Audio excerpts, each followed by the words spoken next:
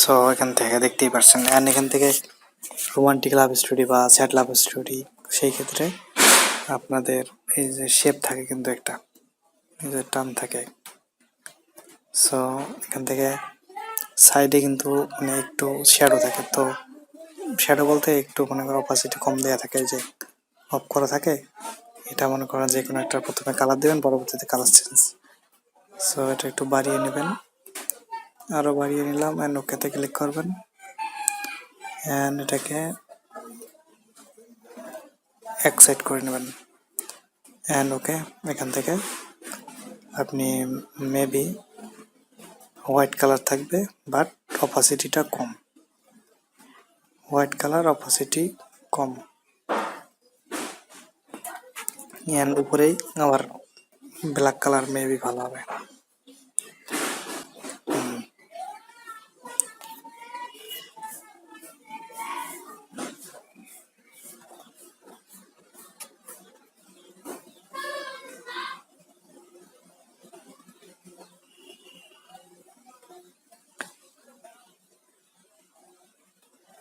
So এখান থেকে কালারটি আমরা অন্য কালার দেবো, এই কালারটি বেটার মনে হয় না, এই কালারটি মেবি কালো কালার, কালো কালারের বেটার। জাস্ট এখানে ক্লিক দিয়ে এটা একটু বড় করলাম, এটা একটু বড় করে নিলাম, এন্ড ওকেতে ক্লিক দিয়ে এটা এটা মেবি এই পর্যন্ত থাকবে, এন্ড এটা একটুটা এই পর্যন্ত এখানে থাক। এটা অন্য কালার দিলেই বেটার মনে হয়। এখানে দুই কালার না, একটা একটা লাল দেব আর একটা কালো দেব। সো এই কালারের উপর সাদা কালার বেস্ট বানাবে। সো এখান থেকে সাদা,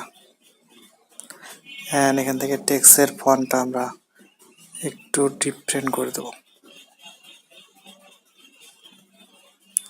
এন্ড এটা বড় পর্দা করে নেব। সো ডান, থাম্বনেল ডিজাইন। সো মূলত এইরকম করেই আপনাদের থাম্বনেল ডিজাইন করতে হয় বা যে কোনো কাজ করতে হয়। সো আপনাদের লোগো ডিজাইনও কিন্তু এইভাবে করতে হয়। জাস্ট আপনাদের এখান থেকে শেপ নেবেন, শেপ অনুযায়ী আপনাদের টেক্সট বসাইয়া কাজ করিবেন। তো এখান থেকে টেক্সট তো আপনাদের logo design same to same. So আশা করি আপনারা বেসিক অ্যান্ড অ্যাডভান্স কিছু আপনি যাহা জানি সেগুলো আপনাদের শেয়ার করলাম। সো একটা থাম্বনেল বানায়ও আপনাদের দেখালাম, অ্যান্ড এটা আমি ডিলিট করতে দিতেছি। অ্যান্ড এখন লাস্টে দেখাবো কিভাবে আপনারা প্রজেক্ট করবেন। তো এখানে সেভ অ্যাজ প্রজেক্টে ক্লিক দিলেন, আর এখান থেকে আপনাদের নাম লিখবেন বা যে কোনো জিনিস লিখবেন, ইমেজ লিখবেন, আর এখান থেকে আমি সেভ করে আপনাদের দেখাচ্ছি। সেভ অ্যাজ থেকে এখান থেকে হাই রেজুলেশন বা আলট্রা করে আপনারা সেভ দিতে পারেন। যদি এখানে জেপিজি পিএনজি থাকে তো জেপিজি করবেন। সো জেপিজি করা আমি যেহেতু ওখানে পিএনজি করিনি, সেই ক্ষেত্রে এটাই তো সেভ অ্যাজ ক্লিক করলাম। অ্যান্ড আমি যদি এটা পুরোটাই কেটে দিই, অ্যান্ড অটো সেভের কথা বলছিলাম না, অটো সেভটা চলে আসবে। সো এখান থেকে ক্লিক করলাম, অটো সেভটা চলে এসেছে। সো আমি এটা আবার কেটে দিলাম, আবার আনতেছি, প্রজেক্টে আবার আনবো, তো ক্যান্সেল, এখানে ওকে যে প্রজেক্ট। অ্যান্ড অনেকেই বলবে যে ভাই পিএনজি ইমেজ কীভাবে করো বা পিএনজি টেক্সট, তার জন্য লাস্ট একটা ভিডিও মানে দেখাই শেষ করে দেবো। তো দেখতে পাচ্ছেন এটা ইমেজ, মানে ইমেজ বা যেটাই হোক টেক্সট। তারপরে যেখানে ক্লিক দিয়ে এটা কম্পোজার করে দেবেন, তারপর এখান থেকে সেভ